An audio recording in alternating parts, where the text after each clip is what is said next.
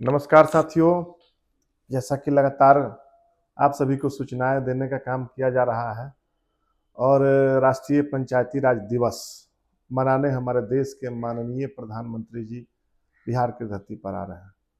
लगातार हम लोग अपनी बातों को हर फोरम पर, चाहे वो सत्ता में बैठे हुए लोग हों या प्रशासन के लोग हों या आपका हमारा जो दबाव का रणनीति है संगठन की एकता के माध्यम से, प्रिंट और इलेक्ट्रॉनिक मीडिया के माध्यम से भी भारत सरकार और बिहार सरकार को अपने संदेशों को हम लोग पहुंचाने का काम कर रहे हैं।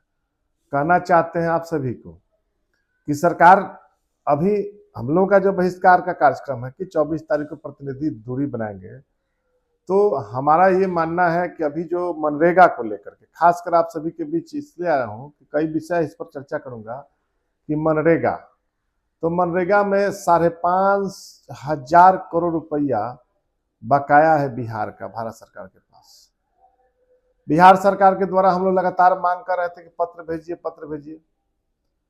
बड़े लेवल पर मुख्य सचिव महोदय से भी तरसों अनुरोध हुई, पत्र भी भेजा गया, उन लोगों के द्वारा बात भी किया गया ऊपर लेवल पर, और कई जो सत्ता में बैठे हुए माननीय उप मुख्यमंत्री गण हैं उन लोगों से भी हम लोगों की सब मुलाकातें हुई।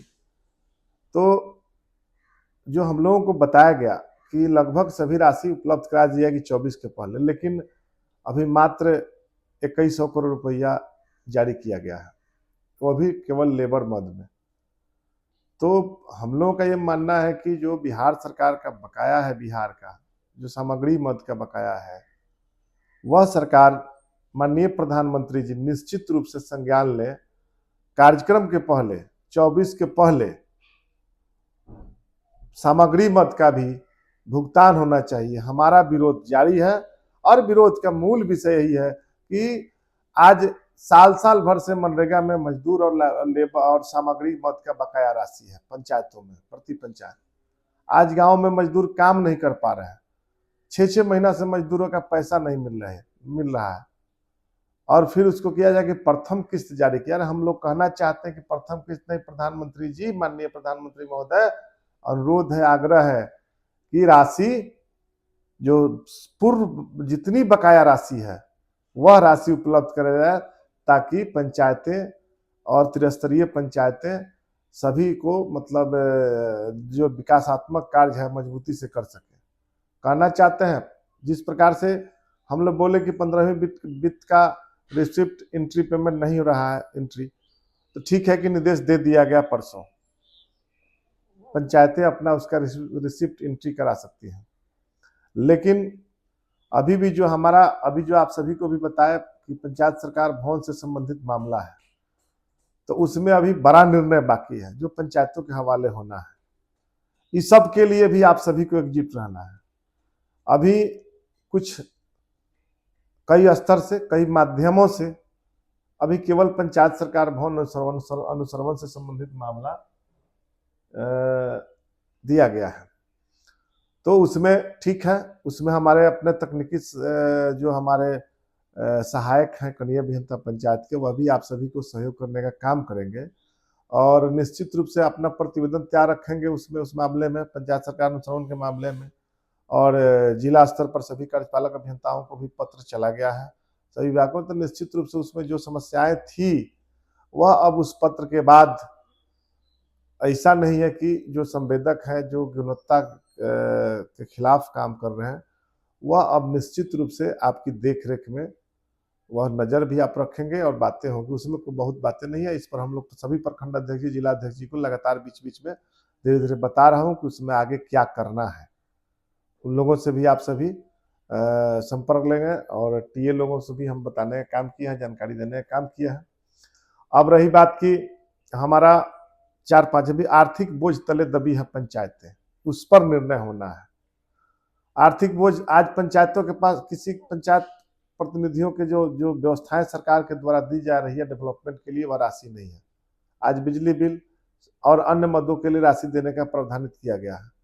हम लोगों का साफ साफ है कि हमारे माननीय वार्ड सदस्यगण हैं, उनका एक तो वेतन वृद्धि नहीं हो रहा है, मुखिया सभी लोगों का, और हम लोगों का तब मांग यही है कि सरकार पूरे त्रिस्तरीय पंचायत प्रतिनिधियों और ग्राम कचहरी के प्रतिनिधियों के का जिस प्रकार से विधानमंडल के सदस्यों का वेतन भत्ता दुगना किया जाता है, एक 5 साल के पीरियड में 2-2 बार बढ़ाने का काम, हाल में भारत सरकार के लोकसभा के द्वारा भी केंद्रीय सांसदों और विधायकों का सब बढ़ाने, मंत्रियों का बढ़ाने का काम किया गया, राज्य सरकार में भी बढ़ोतरी की जा रही है।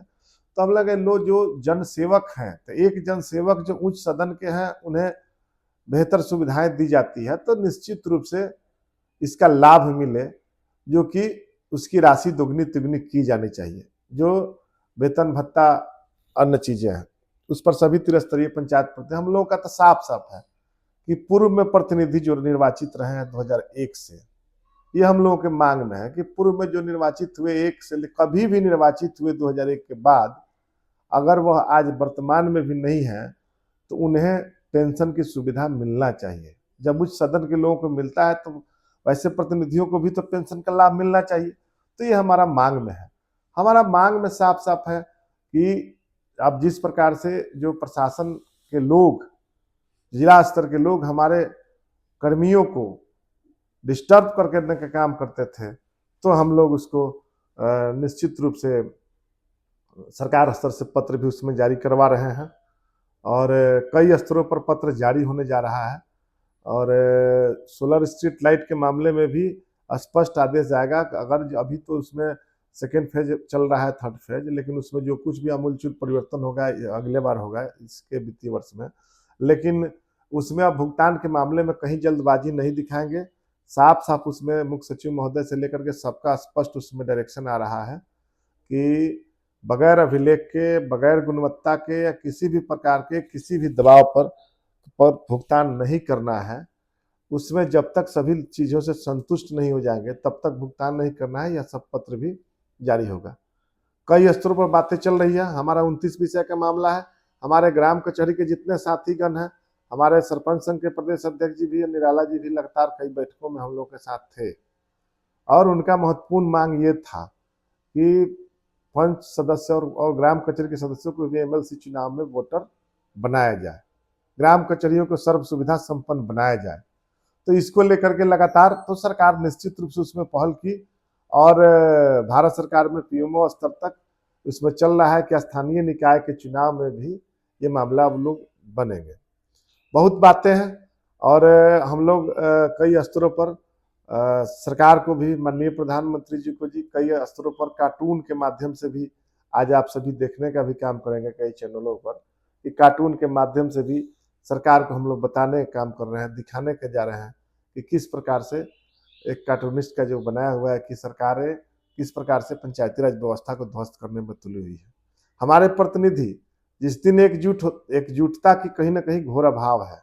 अगर लगातार अपने हक और अधिकार के प्रति सजग रहेंगे, हमारे जिला अध्यक्ष जी, प्रखंड अध्यक्ष जी, निश्चित रूप से कुछ लोग हैं जो कि थोड़ा सा कोताही बरतते हैं, तो जिस प्रकार से हम लोग काम करते हैं उस प्रकार से उन लोगों को भी आगे बढ़ करके सबको लोगों के बीच प्रतिनिधियों के हक और अधिकार के लिए लड़ना चाहिए और उसको महत्वपूर्ण लड़ाई के लिए तो हम मौजूद हैं।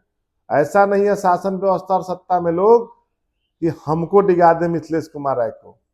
हम तो लगातार सिस्टम के खिलाफ बोलते आ रहे हैं। तो सिस्टम के खिलाफ हमारा हक है, हम संवैधानिक तरीके से लड़ रहे हैं। हमारे कॉन्स्टिट्यूशन ने जो हमें राइट दिया है त्रिस्तरीय पंचायतों को, आज वार्ड सदस्यों से नल जल से लेकर के छीना गया सब चीज है। आज वार्ड सदस्यों को भी कोई अधिकार नहीं दिया गया है और कहा जाता है कि हम लोग कभी वार्ड सदस्य को लड़ाया गया, कभी मुखिया को लड़ाया गया, कभी पंच सरपंच को लड़ाया जाता है, कभी जिला परिषद को लड़ाया जाए। ये सभी लोग अब समझ चुके हैं, इसलिए अब बातें अब सबों के बर्दाश्त के बाहर की बातें हैं और प्रधानमंत्री जी आ रहे हैं। हम लोग का भी बहिष्कार कार्यक्रम जारी है। हम लोग उम्मीद करेंगे कि 24 के पहले बहुत चीजों का समाधान हो, तब इस दौरान हम लोग निर्णय करने का काम करेंगे। अभी आगे हम लोगों का लड़ाई जारी है और बहुत बातें हैं। शाम को आप सभी को बताने का काम करूंगा जो सूचनाएं एकत्रित होगी। जय हिंद, जय पंचायती राज।